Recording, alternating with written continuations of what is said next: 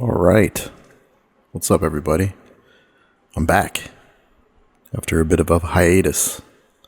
I am back to good. I'm 100%, and we're coming back. And the very first order of business is to get continuing on this Getting Started series with Gen AI. In preparation for today's episode, I went to Chat GPT, and I was feeling froggy, and I was like, how would Chat GPT envision the digital playground? So the topic we're going to be talking today is about the playground setting inside of OpenAI, and we'll get into what that is. But I thought it was pretty funny, this particular image that got generated for me. I'm not entirely sure what it was trying to do here, but yeah, it looks like a pretty interesting place. I'm pretty sure this kid's head is on backwards. This girl is using some monkey bars apparently, but she's wearing what looks like a space helmet. We got Grandpa over here who's looking very confused. It's a very diverse crowd though. I mean, that's nice. Various toys scattered about here. This looks like a rack server. Things you would find at the playground. A beach ball. What else do we got here? Oh, this is nice. She's completely severed her arm behind the support post of the playground there. That's going to be a problem for her later. Anyways, we got a pretty good episode for you today. And what we're going to do is we're going to go into a different section of OpenAI. So once you're logged in, you get presented with this sort of option. And so far, we've been doing everything inside of Chat GPT. Now, what that means is we've been interacting with the model behind a web browser. And that web browser, although it has a ton of features that we went over in a couple of videos in the premium version with the plugins and all that good stuff, we're now starting to finally get to the point where we are making the transition between I just want to use it in a browser, which if that's all you ever want to do, that's perfectly cool. But this is the part of the series that we're going to start getting over into the slightly more in-depth part of it. We're still going to be in a browser, but we're going to be peeking behind the curtains and taking a look at how the model works on the back end, and we're going to be exploring it via a playground. So this time, instead of going to ChatGPT, we're going to hit on this API link, and once you're logged in, you're going to see that you have a bunch of different links. By the way, if you have not watched this keynote, that's the other thing I kind of missed while I was down and out, was all of the crazy drama that happened with OpenAI. If you care about that stuff, I'll be doing a podcast episode soon that will be addressing the fallout that happened with Sam Altman. He was the head of OpenAI, and for a brief moment there during the Thanksgiving break, he was no longer employed with OpenAI. The board kicked him out, and now supposedly he's back. Anyways, but this OpenAI day that he did do right before the ousting announced a lot of incredible features that have just been put into ChatGPT and OpenAI, and a lot of them are actually available in the browser side of it. However, they're slightly more advanced, and I want to continue the series as is. We'll catch up. I promise this is all stuff that's very brand new. However, if you're taking this sort of a step at a time, you're going to see how messing around with the playground, even though it's a little bit dated now by the assistants and things like that and the custom GPTs, you're going to see how the evolution happened, because for the longest time until now, the playground was all we had as far as tweaking settings on the back end before you got to the coding part. So we're going to go over that piece of it, and then I promise we will get to the really cool stuff that they just announced in this video. Anyways, one of the things that you want to get used to once you start looking at this side of the world, right, is that you have access to a lot of documentation. And one of the ones that I always kind of peek into is this model section here. I've already got the page open because I wanted to get down to this specific section. But if you recall in videos 1 and 2, we went over concepts like tokens and token limits and other things like that. If you remember, the models, each model has its ability to keep track of a certain amount of conversation. And the longer that you talk to it, the closer you get to having those start to be forgetful. A couple of incredible things have happened with the announcements. So remember, if you were dealing with a free version, you were on GPT 3.5, and that token limit was very small, 4,000 tokens, right? GPT 4 was out, and it was slightly better at like the 8,000 some odd tokens. There we go, GPT-4, 8,000-ish tokens. Well, they just blew the thing out of the water now. The newest versions of GPT-4, if you are paying for the subscription, we're at 128,000 tokens, folks. This is an incredible jump. This puts it actually above Claude, which was another popular model that was out there. It had like 100 some odd thousand tokens. If you think about what this boils down to, it for use cases where you wanted to like look at an entire PDF, maybe it's looking at a research paper for you. I mean, books. I mean, like Like short stories, entire, you know, I mean, we're getting to the point now where the length of the context is getting so big that it's almost trivial, and this starts to become something that we don't even have to worry about in terms of how much information it can keep track of. Brief pause on that, but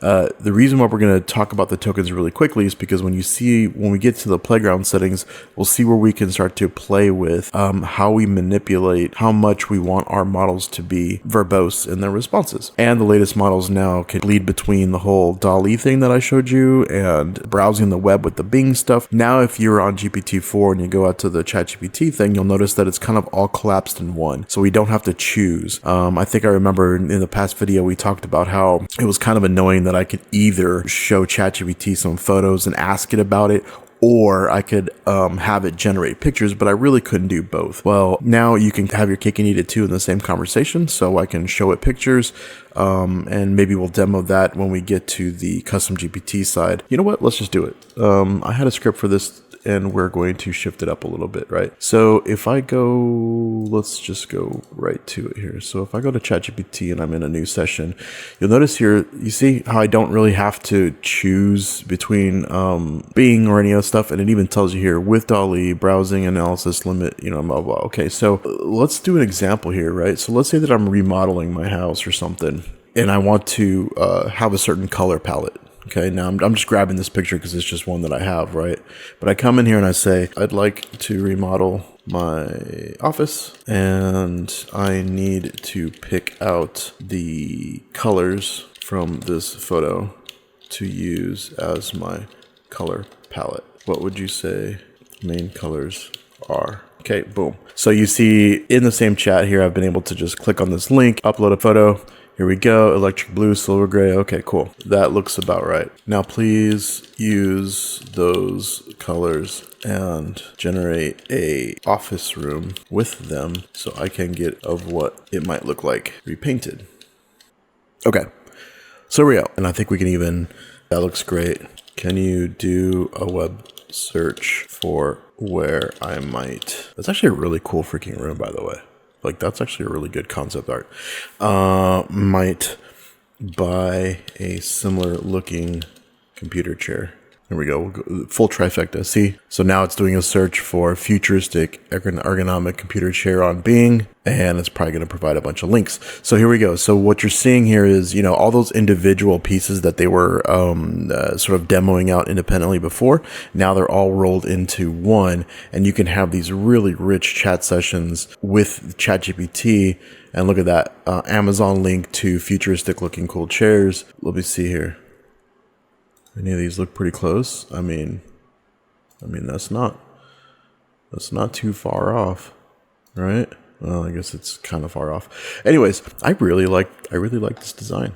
This is actually a really cool looking room. Huh. Okay.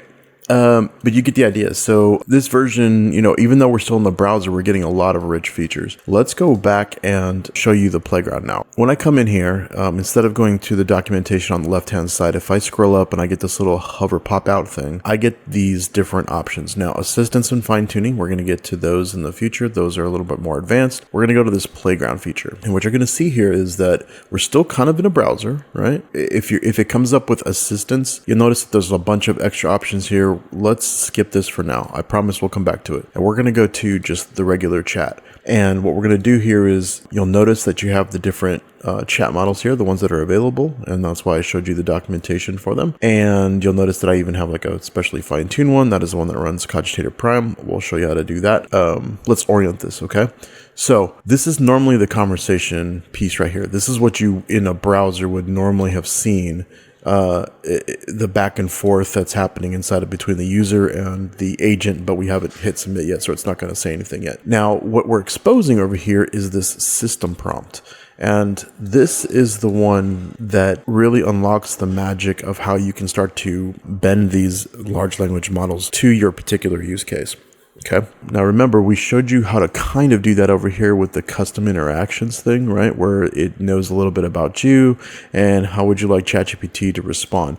I suspect that this part right here is the system prompt, but I'm not 100% sure. This is sort of a special feature inside of it, but this is where we can start to instruct Chat GPT to behave in particular ways, okay? Now, I am going to just paste in a pre-made prompt that I have ready to go in preparation for this. Boom. So here we go. You are a care bot that listens to what a user wants to do or accomplish and tries to anticipate what negative outcomes to look out for so that the user can approach the situation, and I totally foobarred that situation, and prepare. Okay? So let's say that I want like an advice bot is what I was kind of thinking of here, right?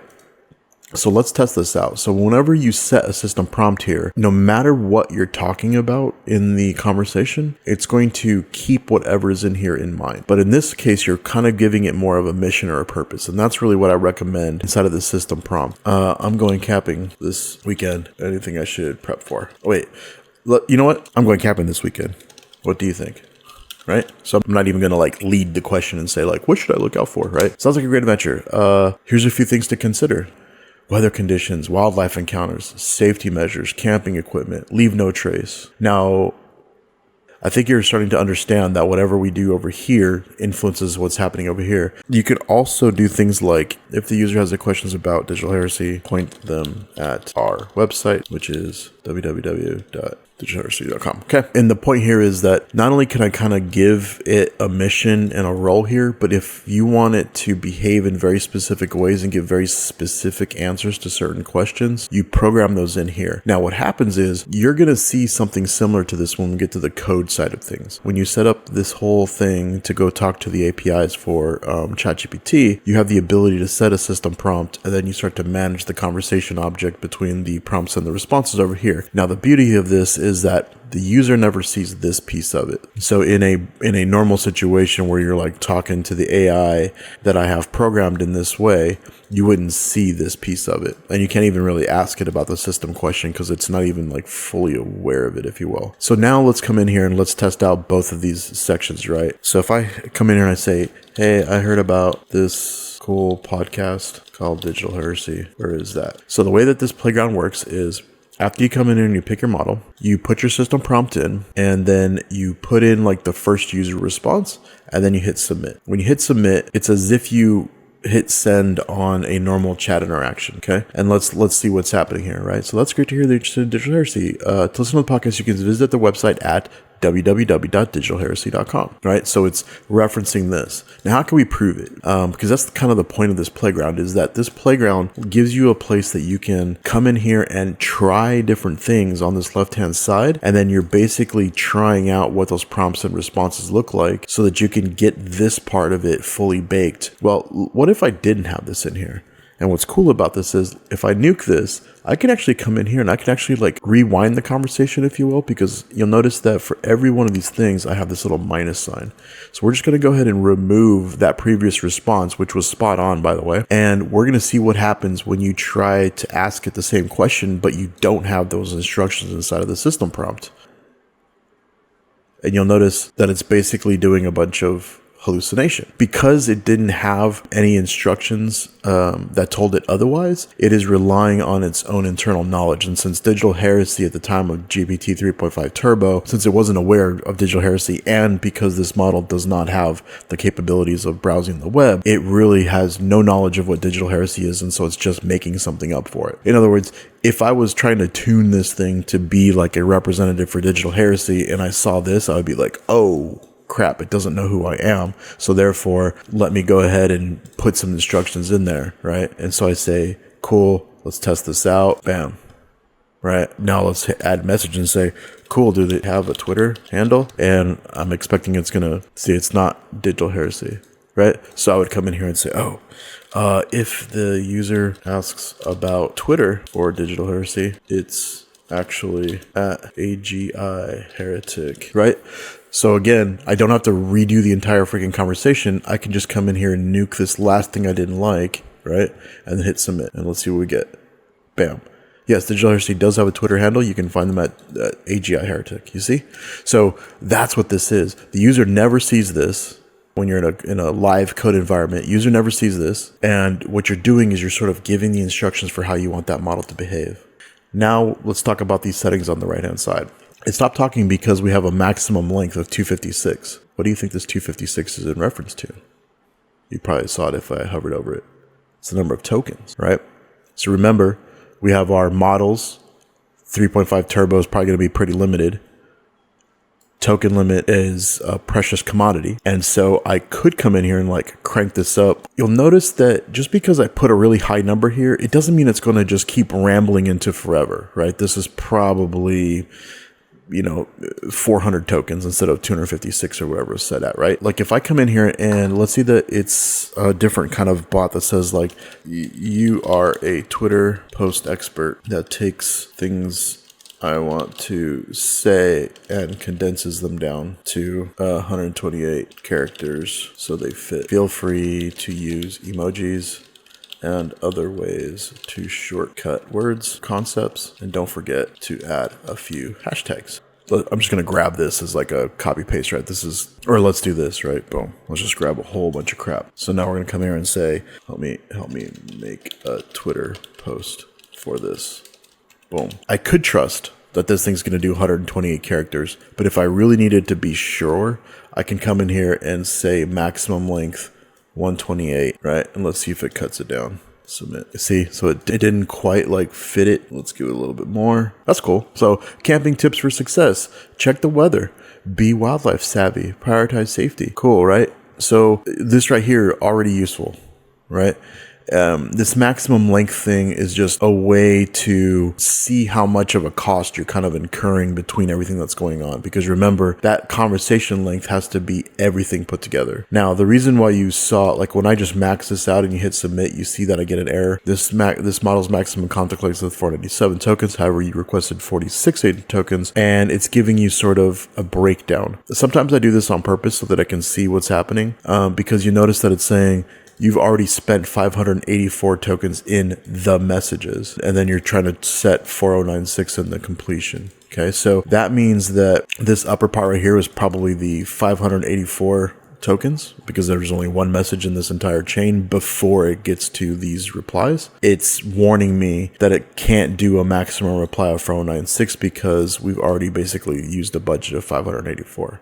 So you could come in here and like try to do some math here. What is it? 584. So if I subtract just like roughly 600 from this and let's just put it to like 34, right? Then it'll probably let me get away with it, right? Because now I've basically got everything into account. If I try to hit submit again, it's probably going to complain. See, because I've already used 3,400 or 708 tokens. I kind of mess with this and only bring it up to the bare minimum of what I need to continue so that it doesn't throw this error. So I just want to make you aware of it. But this is if you want to be all super nitpicky about the tokens and everything else. Stop sequences. Yeah, there's not a whole lot of good use cases for the stop sequences. This kind of gets into more advanced topics around like coding and function calling and things like that. So I don't really worry about that.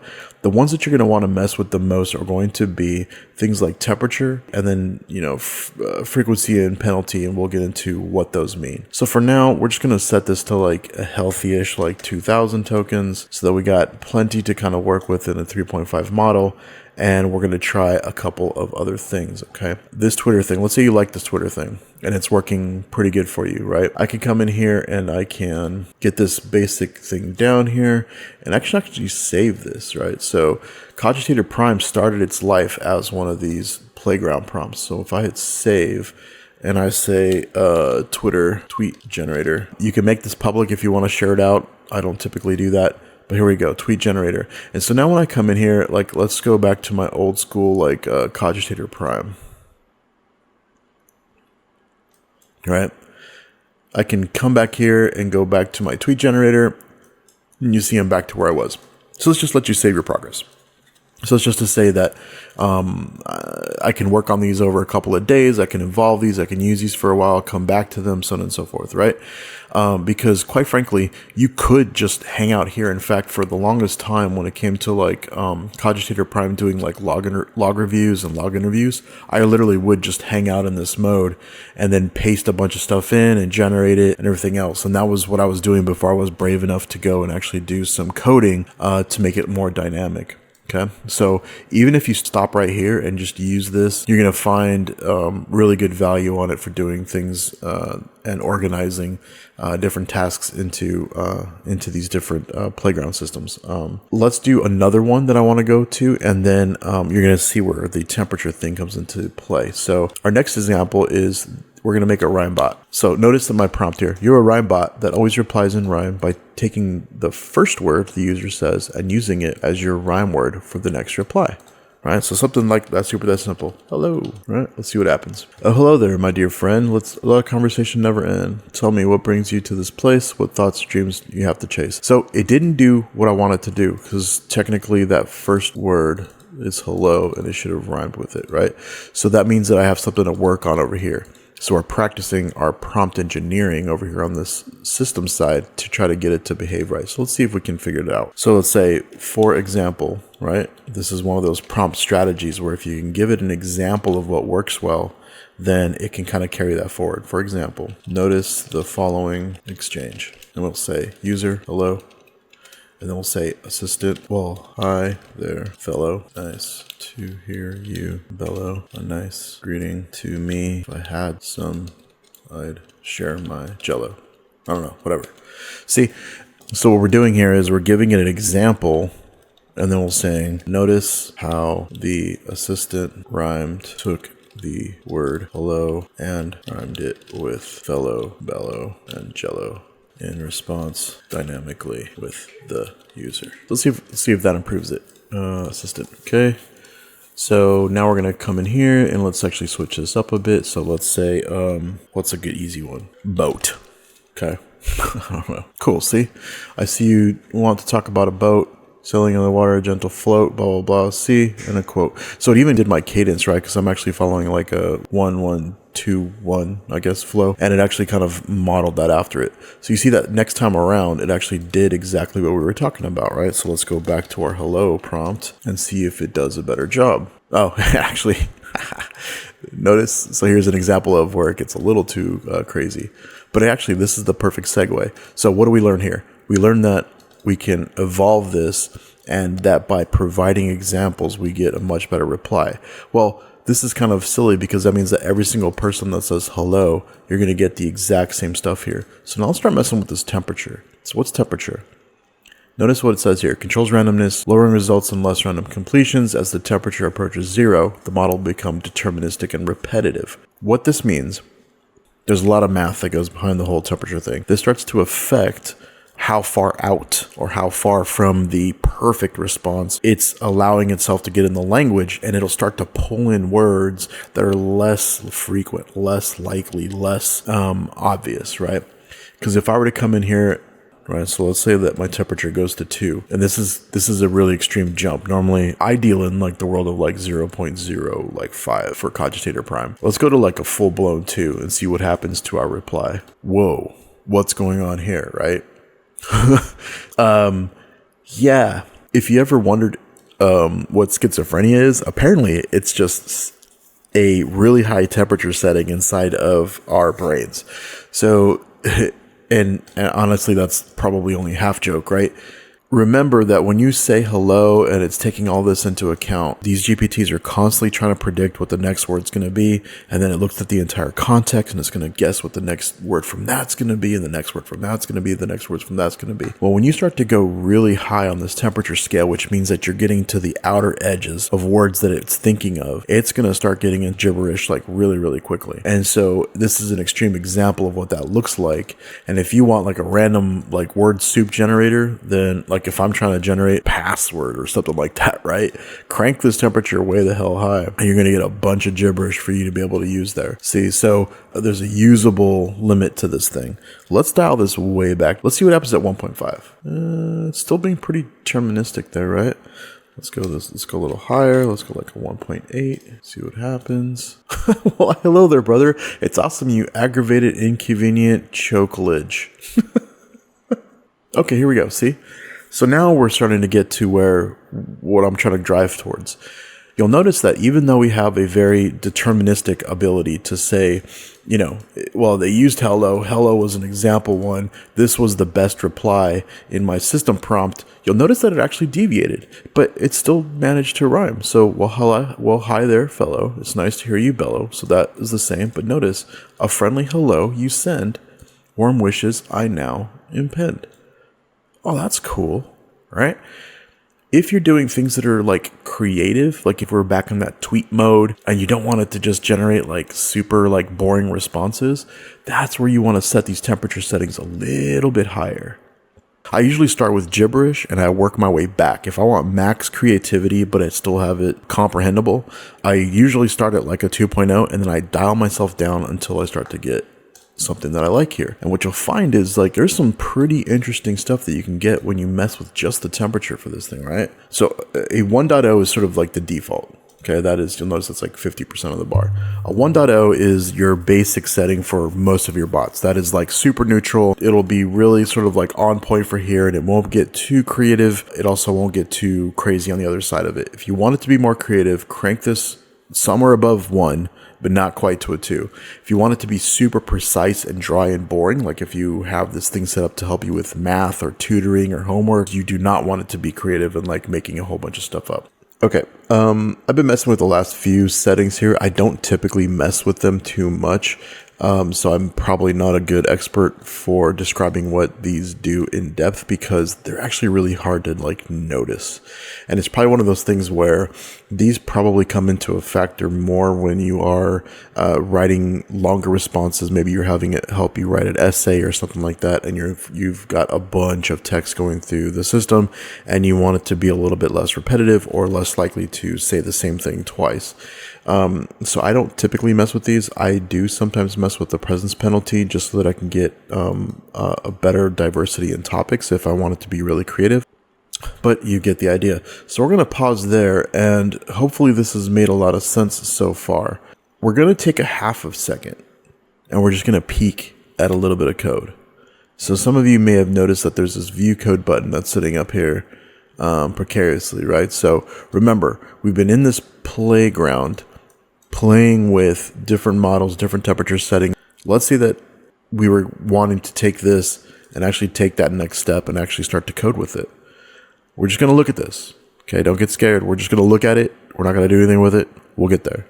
But when I hit view code, you notice that it's generating a block of information for me and that it's not just generic. This is actually prompting out what we have set in the playground. And you'll notice that I can view this in Python, Node.js, JSON. If you've never seen coding before, we're going to focus on Python for what we're doing. But note that if you are already proficient in Java or curl, which is more like sending HTTP requests, that it does have these different settings for this.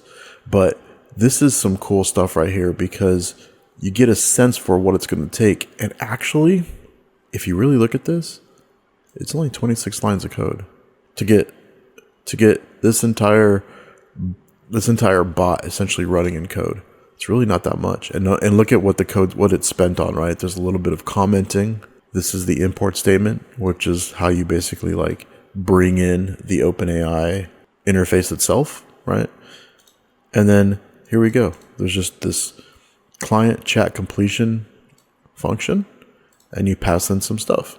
And what stuff do you pass in? Well, it's all the stuff that we just saw over here. What's the model? GPT 3.5 Turbo. Where did I get that? Where did I get that value? Right over here. It's what I chose from the drop-down list from the model. The messages. Remember we talked about the system message? That's the one that sets up the chat and its behavior. Messages, role, system. You are a Twitter post expert. You are a Twitter post expert. And then you notice that we are even getting like the conversation so far. So we don't even really need this. In fact, if I wanted to simplify all of this, like let's say I get to this and I'm like, okay, cool. Yeah, this tweet stuff is working really, really good for me. I like it. I like where we're at. I'm happy with this part of it.